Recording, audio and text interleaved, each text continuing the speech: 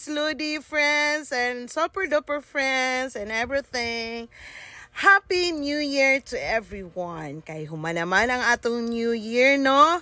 So balik na pud ta og trabaho. So mauni ang dalan paingon sa akong gitudloan nga eskwelahan.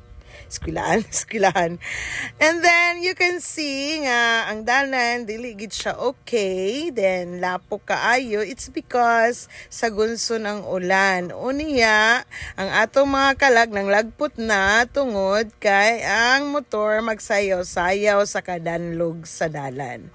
So mauni siya ang hitsura sa dalan paingon dito sa Daan Taligaman Elementary School. Unya bugnaw ang dalan tungod kay kuan man mo dili init. So mauni siya no, o tanawa di ba? Lapo kay sa laban lang gid teacher kay para sa kaugmaon sa mga kabataan. And then maupod ni siya ang dalan nga duol-duol na gid dapit sa among eskwelahan. Super lapo kaayo. So, kinahanglan gid nga ang motor nimo na-spike ang ligid para dili ka maligid. Okay? So, mao na siya, no? Sakripisyo gid ta. Pero kung init siya, okay ang dalan kay dili man siya lapok. Pero kung mag-ulan ra gid ang problema. So, mao na siyang hitsura, guys. Nindot kay tanawon ng mga green sa daplin. Kay lagi kanang nindot sa mata ang pananawon. So mao na siya. So ako mga estudyante nagulat na dito kay mapabasa ko karon. It's January 2, 2025. So atong palihian ang mga bata nga magbasa. So mo next. So nagpabasa nakaabot na ko guys. Okay.